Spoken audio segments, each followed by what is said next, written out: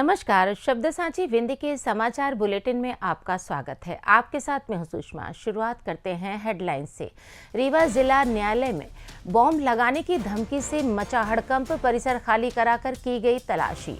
रीवा में deputy CM ने कहा, गांवों की तस्वीर बदलेगी वीबीजी रामजी योजना। रीवा में डिप्टी सीएम ने चित्रांगन फिल्म महोत्सव के पोस्टर का किया विमोचन। रीवा सेंट्रल जेल में चोरी, भाई से मिलने आई दो बहनों के पर्स और मोबाइल गायब। डिप्टी सीएम ने एसजीएमएच रीवा में निर्माण कार्यों का किया निरीक्षण। रीवा के समान थाने के पास ऑटो में मिला चालक का अर्धनग्न शव। रीवा में 17 वर्षीय किशोरी ने जहर खाकर की आत्महत्या, अस्पताल में तोड़ा दम। सतना में युवक पर रॉड चाकू से जानलेवा हमला, हवाई फायर कर भागे बदमाश। अंतरराष्ट्रीय पर्वतारोही मैहर की अंजना सिंह को डीजीपी ने किया सम्मानित। मऊगंज के थाने में सामने दिन दहाड़े बुजुर्ग से ठगी, सीधी में अवैध दवा दुकानों पर छापा, 2 medical store seal. Madhya Pradesh में भीषण सर्दी और घने कोहरे की दोहरी मार। जादू देखा है, हम दिखाते हैं। आप सोचिए, हम बनाते हैं। अपने घर या ऑफिस को सजाएं मनपसंद डिजाइन के कस्टमाइज वॉलपेपर्स, ब्लाइंड्स, पेंटिंग्स और लेजर कटिंग से बनी आकर्षक चीजों से। आज ही कॉल कीजिए 7611125428, क्योंकि आपकी कल्पनाओं को पंख देना भी जरूरी है।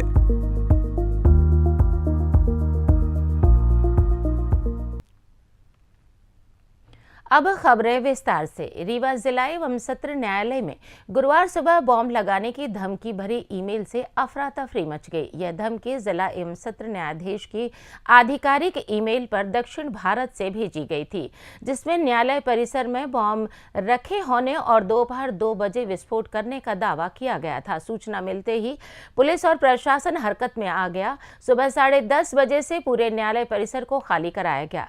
न्यायाधीश, वकील, कर्मचारी और पक्षकारों को बाहर निकाला गया, जिससे न्यायिक कार्यवाही पूरी तरह ठप हो गई। बॉम्ब निरोधक दस्ते और डॉग स्क्वाड की टीमों ने मेटल डिटेक्टर की मदद से भवन को हर कोने में सघन तलाशी की और इस दौरान डीआईजी शैलेंद्र सिंह चौहान खुद मौके पर मौजूद रहे और स्थिति पर नजर रखी। दोपहर 2 बजे के बाद तलाशी पूरी होने पर कोई संदिग्ध वस्तु या बॉम्ब नहीं मिला, जिसके बाद सभी ने राहत की सांस ली और परिसर को फिर से खोल दिया गया।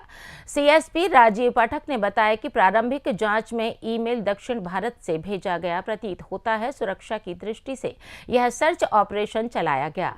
अब साइबर सेल की टीमें ईमेल भेजने वाले की पहचान और लोकेशन का पता कर रही हैं। इस घटना के बाद न्यायालय परिसर में सुरक्षा व्यवस्था को और मजबूत करने की चर्चा हो रही है। जो कोर्ट परिसर है उसको चेकिंग की गई है, क्योंकि साउथ से रिलेटेड मैटर है, लेकिन एहतियात के तौर पर पुलिस ने एक बिंदु की जांच कर ली है, डीडीडीएस टीम ने, साइबर टीम ने।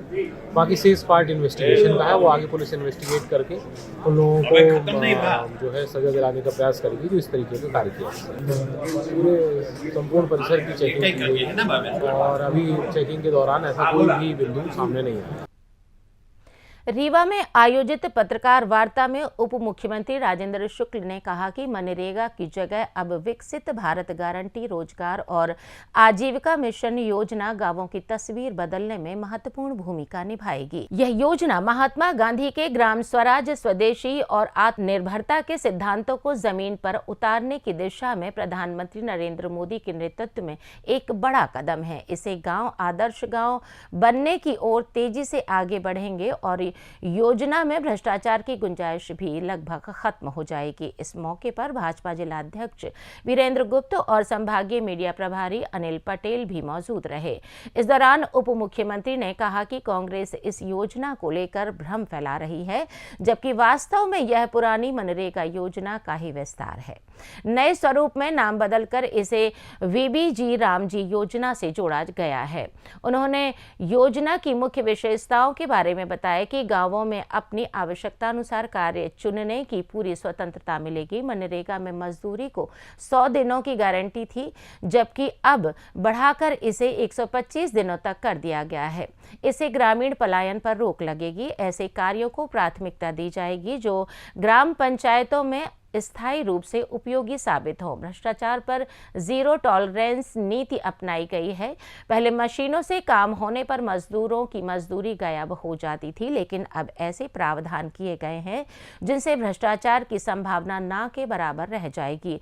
पत्रकार वार्ता के दौरान उप मुख्यमंत्री ने रीवा शहर के महापौर द्वारा जल आपूर्ति योजना में कम राशि दिए जाने के आरोप को पूरी तरह खारिज कर दिया। उन्होंने कहा कि वर्ष 2003 में शहर में मात्र 18 MLD का फिल्टर प्लांट था, जो अब बढ़कर 94 MLD का हो चुका है।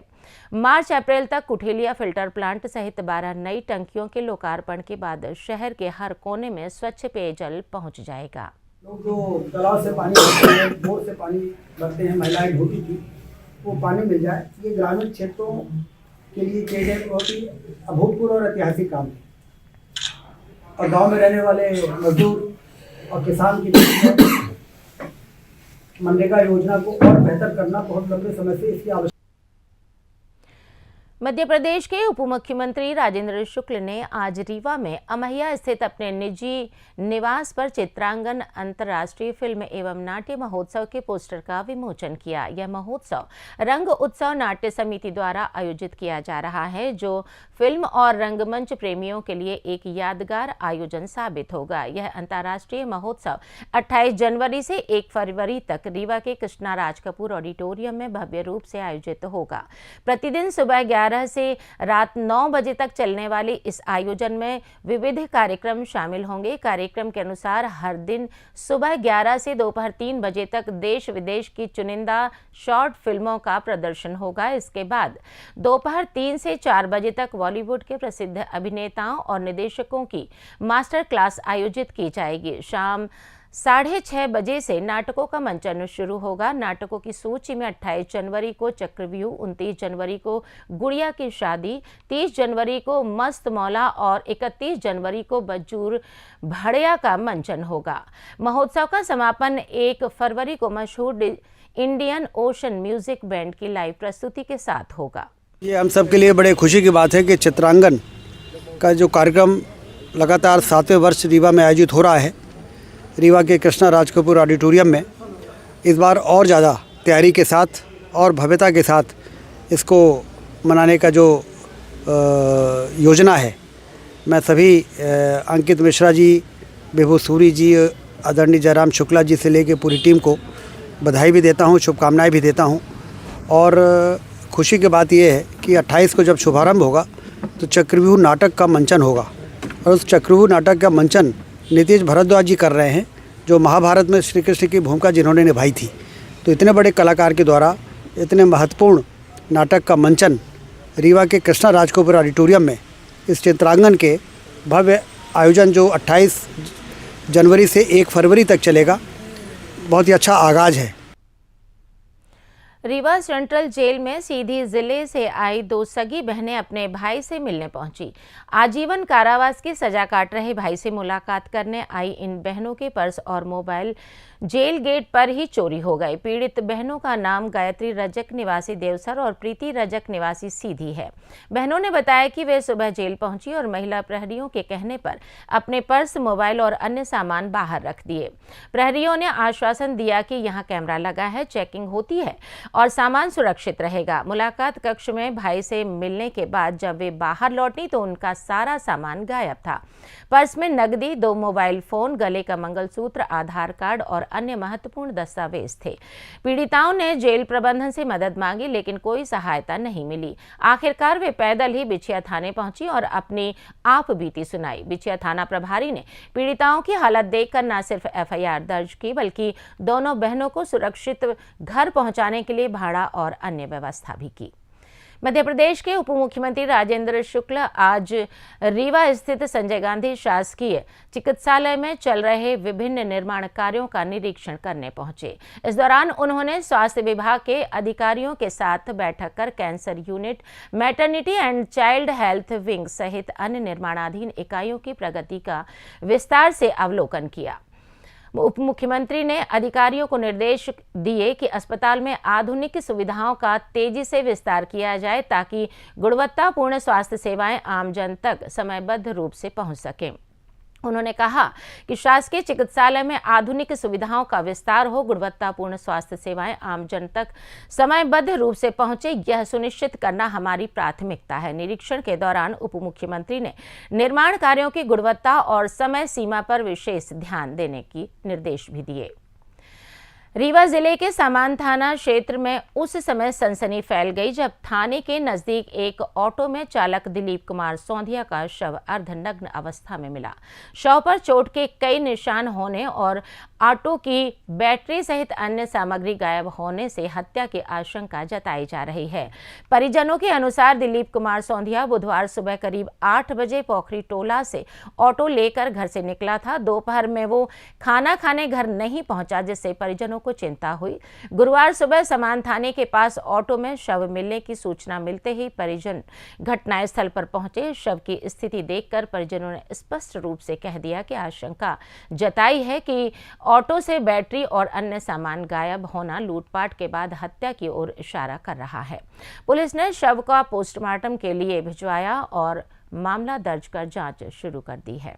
शहर के निपनिया मोहल्ले में एक 17 वर्षीय किशोरी शिवानी बंसल ने गुरुवार को जहर का सेवन कर लिया। परिजनों ने आनन फानन में उसे संजय गांधी चिकित्सालय पहुंचाया, जहां डॉक्टर्स की तमाम कोशिशों के बावजूद उसकी जान नहीं बच सकी। सिटी कोतवाली पुलिस ने मामले की सूचना मिलते ही अज्ञात कारणों से आत्महत्या का मामला दर्ज कर लिया है। प्रारंभिक जांच में परिजनों ने बताया कि उन्हें इस कदम के पीछे कोई स्पष्ट कारण पता नहीं है। सुबह अचानक शिवानी की तबीयत बिगड़ने पर ही उन्हें जहर खाने की जानकारी हुई। पुलिस ने शव का पोस्टमार्टम कराया और जांच शुरू कर दी है।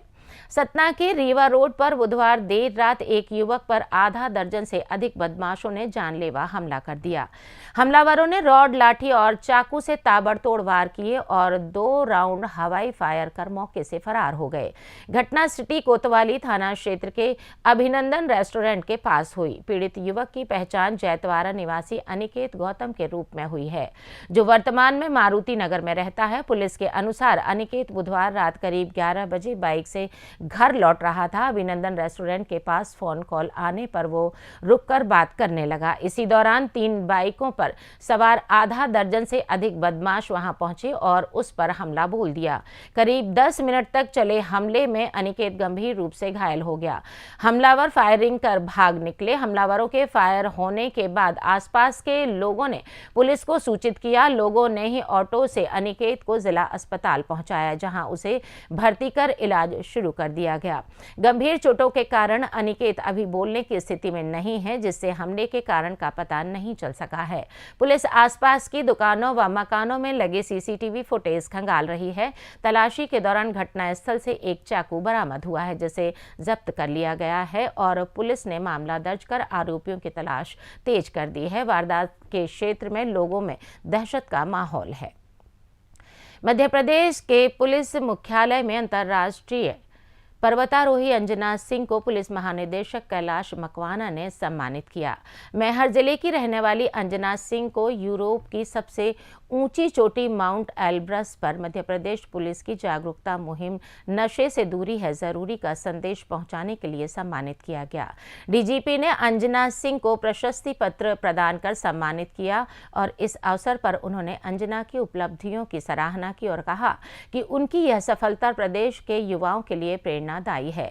बता दें कि अंजना सिंह मैहर जिले के अमरपाटन तहसील के बेंदुरा कला गांव की निवासी हैं। साधारण किसान परिवार से आने वाली अंजना ने मनाली के Atal Bihari Vajpayee institute of mountaineering का प्रशिक्षण लिया। उन्होंने इससे पहले गणतंत्र दिवस 2025 पर अफ्रीका की सबसे ऊंची चोटी माउंट किलिमांजारो पर तिरंगा फहराया था और अब माउंट एल्ब्रस फतह कर नशा मुक्ति का संदेश भी दे रही हैं। अंजना का अगला लक्ष्य माउंट एवरेस्ट फतह करना है। उनकी इस उपलब्धि से पूरे विंध्य क्षेत्र और मध्य प्रदेश को गर्व की अनुभूति प्रदान कर रही है। मऊगंज में थाने के ठीक सामने दिन दहाड़े हुए ठगी के सनसनीखेज वारदात ने पुलिस व्यवस्था पर गंभीर सवाल खड़े कर दिए हैं। कार सवार ठगों ने एक बुजुर्ग को झांसे में लेकर उनकी जैकेट की जेब से 22,500 रुपए नकद उड़ा लिए और फरार हो गए। पीड़ित हजारीलाल गुप्त मऊगंज के रहने वाले हैं। वे अपने भतीजे की शादी में उधार लिए जेवरात का पैसा चुकाने प्रदीप ज्वेलर से जा रहे थे। नगद राशि उन्होंने अपनी जैकेट की जेब में रखी थी। जैसे ही वे मऊगंज थाने के सामने पहुंचे तभी एक कार सवार युवक ने उन्हें रोका। ठगों ने खुद को पहचान का बताया, हालचाल पूछा और चाय पीने का प्रस्ताव दिया। पीड़ित द्वारा मना करने पर आरोपियों ने कार में रखे 100 कप चेक करने का बहाना बनाया और जबरन उन्हें कार में बैठा लिया। कुछ दूर आगे ले जाकर ठगों ने हजारीलाल को उतार दिया और कार लेकर फरार हो गए। जेब टटोलने पर पीड़ित को पता चला कि उनकी पूरी राशि गायब है। शोर मचाने पर आसपास के लोग जुटे, लेकिन तब तक ठग भाग चुके थे। इसके बाद पीड़ित थाने पहुंचा और घटना की रिपोर्ट दर्ज कराई। पुलिस ने सादे कागज पर शिकायत लेकर जांच का आश्वासन दिया और उन्हें घर भेज दिया।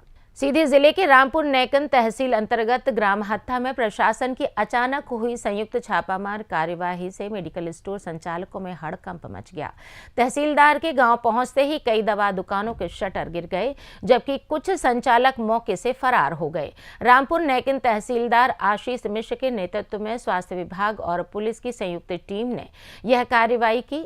टीम में medical college officer doctor Sajjan Singh, उप निरीक्षक ML रावत, फार्मासिस्ट रामप्रकाश तिवारी, अमरीश शर्मा और पटवारी सत्येंद्र पांडे शामिल थे। जांच के दौरान राजा मेडिकल स्टोर में बड़ी मात्रा में एक्सपायरी डेट की दवाएं, अमानक दवाएं और कई प्रतिबंधित दवाएं बरामद हुईं, जिनकी बिक्री पूरी तरह से वर्जित है। इसके अलावा यहां छोटे बच्चों को बिना डॉक्टर की पर्ची के दवाएं दी जा रही थी, जो उनके स्वास्थ्य के लिए गंभीर खतरा पैदा कर सकती हैं।